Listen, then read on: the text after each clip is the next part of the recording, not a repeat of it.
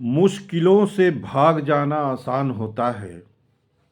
जिंदगी के हर पहलू का इम्तहान होता है।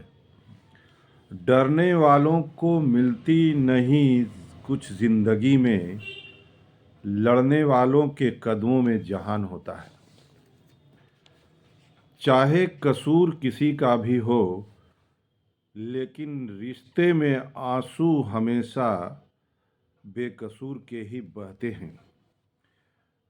विजेता वो नहीं बनते जो कभी कभी असफल हुए हैं, बल्कि वो बनते हैं जो कभी भी हार नहीं मानते।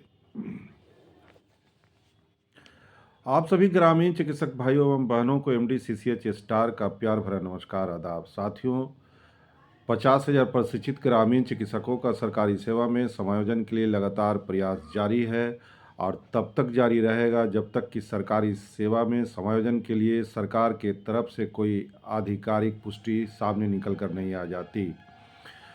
कुछ बातें लगातार मार्केट से निकल कर आ रही है, आप भी सुन ही रहे होंगे।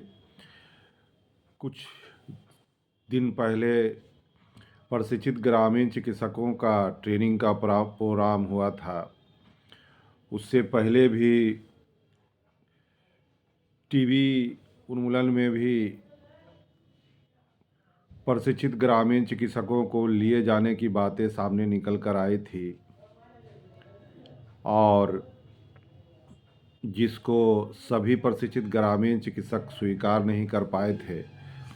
इसीलिए कि टीबी का जो मामला था उसमें टीबी के पेशेंट को खोजना था और खोज के लाना था, और ये जब तक साबित नहीं हो जाता कि ये टीबी का पेशेंट है तब तक वहाँ पर कोई काम बनने वाला नहीं था।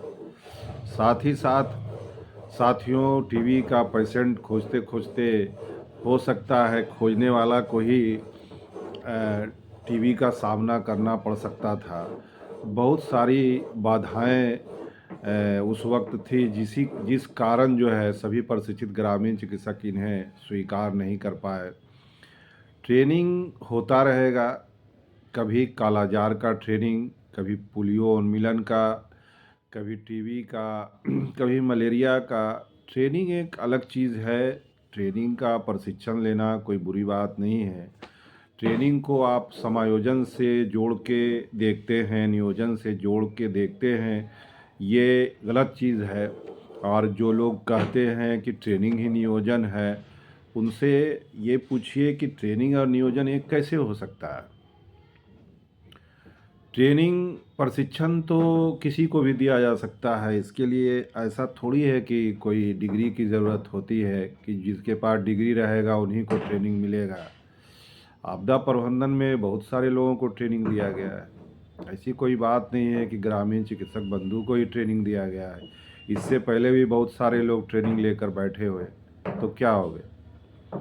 साथियों, 50,000 प्रशिक्षित ग्रामीण चिकित्सकों का सरकारी सेवा में मानदेय के साथ समायोजन नियोजन का मामला है। हम लोग हमेशा लगातार 10 साल से चैनल के माध्यम से या गर्दनी बाग में आंदोलन के माध्यम से जैसे भी हो, हम लोगों ने एक सूत्रीय मांग को लेकर ही हमेशा सरकार के समक्ष प्रस्तुत हुए हैं और कभी भी हम लोगों ने घुमा फिरा कर बात नहीं किया है कि हमको ट्रेनिंग दे दीजिए बस काफ़ी है। ऐसा कोई नहीं है हम लोग।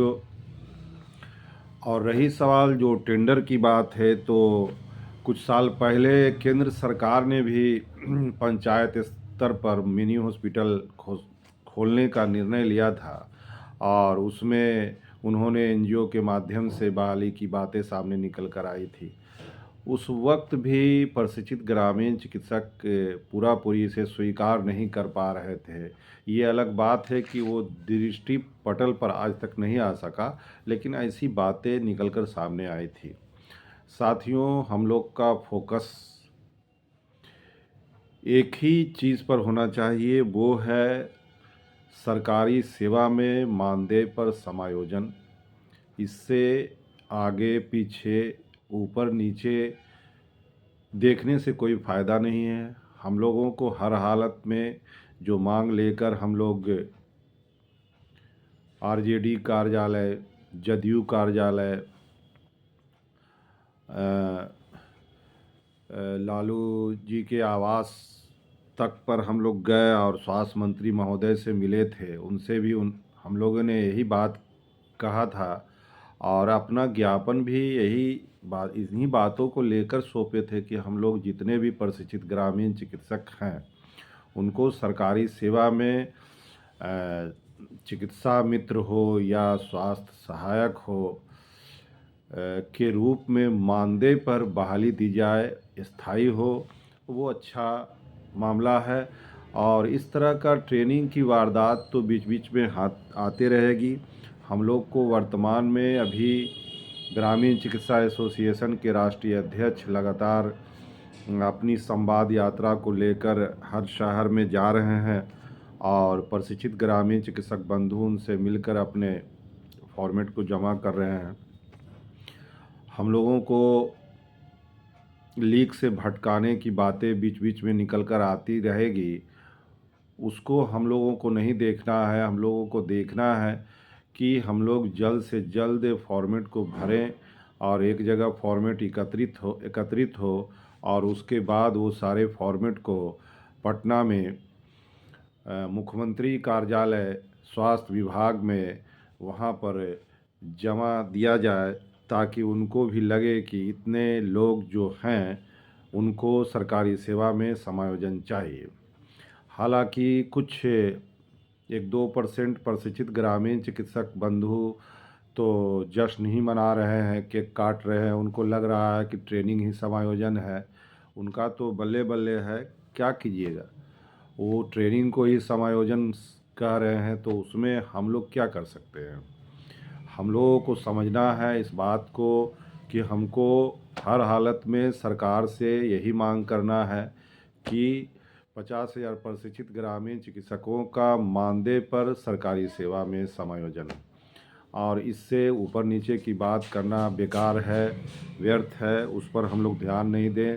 अब अभी फ़िलहाल हम लोग फॉर्मेट भरने पर ध्यान दें और ये पता लगाते रहें कि अध्यक्ष महोदय किन शहरों से गुज़र रहे हैं, वहाँ पर उनसे मिले और अपना फॉर्मेट जमा करें। साथ ही साथ सेकंड बैच के कुछ प्रशिक्षित ग्रामीण चिकित्सक बंधु का फ़ोन आया था कि हम लोगों का रिज़ल्ट कब तक आएगा। तो आप लोग का रिज़ल्ट तो बंधु निकल चुका है और यहाँ तक हमको जानकारी मिली है कि आप लोग का जो है सर्टिफिकेट पीएचसी तक जा चुका है। आप लोग पीएचसी में जाकर संपर्क करें, पता लगाएं कि आपका वहाँ तक आपके पीएचसी तक आपका सर्टिफिकेट पहुँचा है या नहीं है। आप लोग भी अब सीसीएच के कतार में खड़े हो गए हैं। आप लोग भी काफ़ी ज़ोरों शोर खरोश के साथ